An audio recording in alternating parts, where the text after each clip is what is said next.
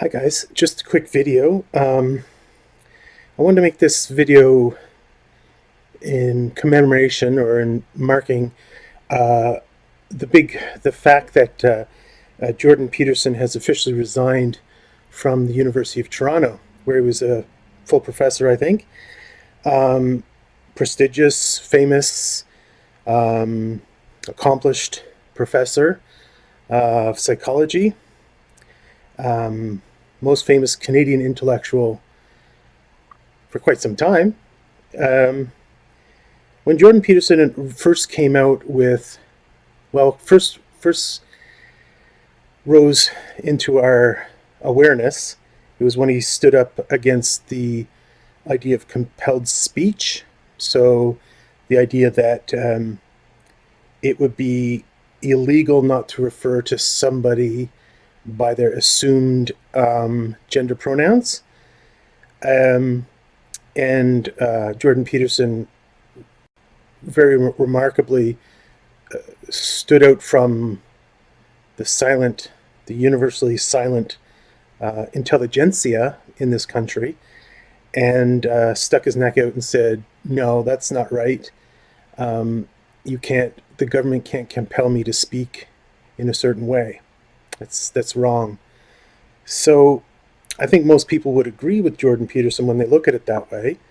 Um, Notably, one of the things that Peterson has said is that if a student came up to him and said, I prefer if you call me whatever, he, she, or whatever, or they, he said he would do so. The point wasn't that he's against, treating people in a kind way. He was against that it was compelled speech. Okay, so way back when he brought that up, it was for me like a small revolution. Um, Anyone with conservative or Christian or traditional liberal values feels suffocated in this country, um, and their views are not reflected in Canadian media, the CBC, or even non-government controlled media like whatever CTV or Global, any of the news programs. CBC, I'm not on the radio, CBC 1 and 2, hardly ever in newspapers or in journals, and certainly not in the university. Now, I had sort of a bit of luck in the sense that I tended to teach at Catholic universities, for which there was a bit more wiggle room for Christian and traditional values. It wasn't absolute, of course not. Governments control education even in these so-called Christian universities. So the work that Jordan Peterson has done in the years since he came out that way, and for instance, another remarkable figure, Gad Saad, who is a professor of evolutionary biology at McGill in Montreal, another remarkable Canadian intellectual. There's not all that many of them. Um, these guys have really stuck their necks out, and if it wasn't because they were so accomplished and so well spoken, they would have been crushed under the wheel of political correctness, of under socialism, under left wing politics of this country, which dominate this country. Americans, you would have no idea. Maybe you have some idea, but not much of an idea of what it is that traditional liberals or Christians or conservatives, how they're silenced and how they never speak up for themselves. So for me, Jordan Peterson was doing what I wanted to do in my life, to speak out freely and all that. But I didn't have nearly the prestige that he had. Now, that's one thing. Free speech is one part of the issue, but it's not the only one that Jordan Peterson highlighted in his now famous resignation statement about his resignation, which appeared, for instance, in the National Post newspaper, and which is on YouTube as well. Him reading his resignation on YouTube as well, and his rationale for it. Another things he names is the moral problem of employability. Now, he references a very specific situation. He references a specific situation where white male students are now being unfairly um, held to an unfair standard with the diversity quotas. So he says it's basically impossible to assume that his students would ever have a future, like his white male students, and especially insofar as they're his students. They're his students, which casts a big black mark on them in this country as it is. So, but that's not the, neither is that the precise issue that I want to talk about. I want to talk about the big problem, so the unemployability issue. And in this case, I want to talk about, because my experience has been in Catholic universities, the moral obligation, the moral conundrum that churches and church-run institutions are not recognizing and not admitting. Let me state it plainly. It's immoral to take money, especially large amounts of money, from someone with the um,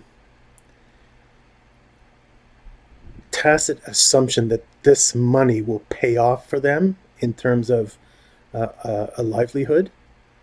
Now, when I was all finished my studies, I was one of a handful of young PhDs in theology in Canada, especially in Catholic theology in Canada.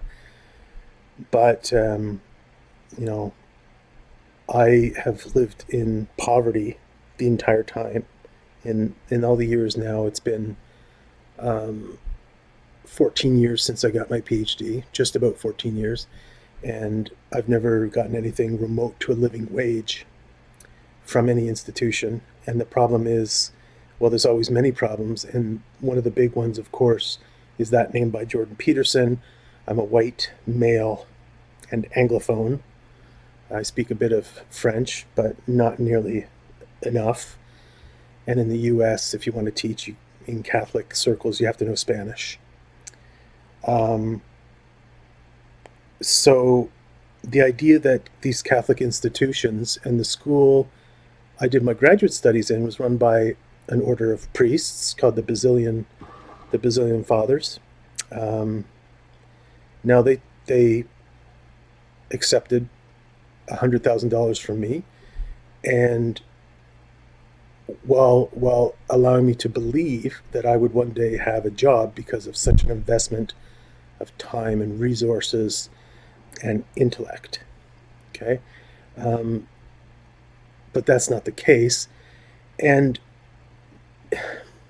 it's not even the case. It's not even because my fate, my intellectual fate, is so closely tied to the Catholic Church. I've had friends in other areas, a brilliant young historian um, who couldn't find a good job himself. It was easy to take the money from him, but you know, with the idea that he'd one day get a job. I keep thinking about a practice in the Middle Ages, talking about the High Middle Ages, in terms of their guild system. Now, guilds were like kind of unions in the Middle Ages, and the guild, whether it's a guild of goldsmiths or ironsmiths or bricklayers or stonemasons or wooliers or beer makers or whatever, the, a guild was sort of operated as the middleman between employer and worker. Right? So one of the things that guilds protected in protecting the worker was how many people they would allow to be trained to be members of the guild. Because if there's only enough jobs for 10 Brewsters in a town, Brewsters is the female, brewers in a town, then you don't train 100 of them. that there's something recognized as immoral in that practice. You don't train, and in my lifetime, I've seen, in Nova Scotia and Ontario, over the years of my lifetime, I've heard them say we have too many teachers. So we have to shut down some teaching colleges, at least for a while, or we don't have enough now, so we need to open them up, and we're looking for teachers. Same with doctors and all that stuff.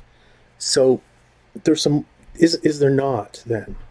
Is it not immoral to take money from somebody, especially a great deal of money? Well, recognize that there's a tacit understanding that they are doing this so they can get a job. No one would get into trucking, into electrical, into plumbing, if they didn't think they were going to get a job from it. And I think there is a moral obligation from any school that would receive money from somebody that there will be a job, or there's a high probability that there will be a job for them. Now, there's always exceptions to the rule, of course. Someone could have a nervous breakdown. There could be unforeseen things like a pandemic. I'm not talking about that kind of thing. But I have never heard, for instance, and I hold churches to higher standards than secular institutions, but I don't absolve any of them from it, that a church would receive money from somebody in a condition like this, where, for instance, it's nearly impossible for a PhD in theology to get a teaching position. That is immoral. In another day, time, and place, perhaps that would be criminal, or at least a civil crime or something. So anyway, I think it's important. Like the more we hear about the problems in universities that people like Jordan Peterson and Dr. Sad present, the better. Okay, we have to know what the problems are, and I think most people would agree with that. Even in specialized areas like mine, that's one thing.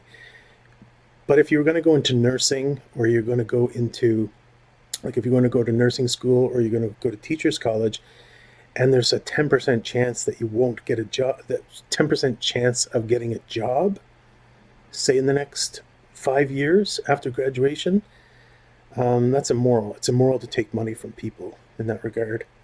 Um, so, but we have to be careful in a certain sense, because I'm not talking about basic education.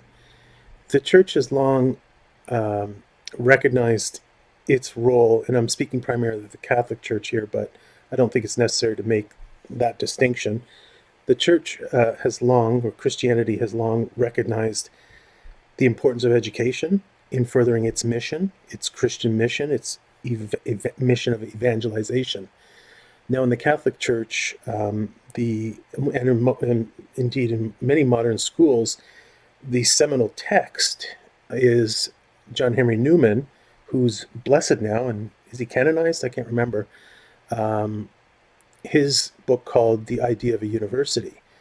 And that is a book that has set out in a very authoritative way the values of education.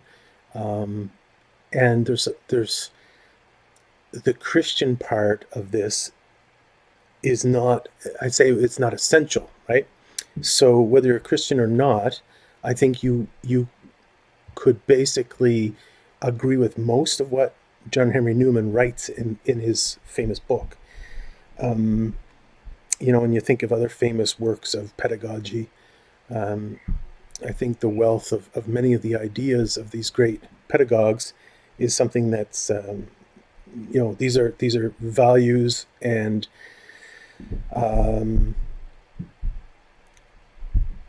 just values that I think, whether you're Christian or not, that you can espouse, and you can see as necessary to the university's mission. And you can quibble over them and say, well, Bacon says one thing and Newman says this and Mill says that. But the essential ideas are pretty universal. So I'm not talking about that. I think a Christian church should never dispute or never doubt that it has a role, a legitimate role in education. But I think it's extremely important for the church to continually recognize that it has a duty to um, the poor, that that Christian institutions should be embarrassed to only promote uh, the higher classes of people. And we can look at places like the elite colleges like Harvard and Yale and say, okay, well, and Notre Dame, these colleges or these universities were built by Christians. Harvard and Yale were built as Protestant schools, and Notre Dame and Fordham and Georgetown. These famous schools were built by the Catholic Church, um, and they become quite elitist. And that should be an embarrassment to the church. We can see now we can see that, which we couldn't see a generation ago, that universities are elitist institutions, that the idea that university education should be a universal thing was a product of post-World War II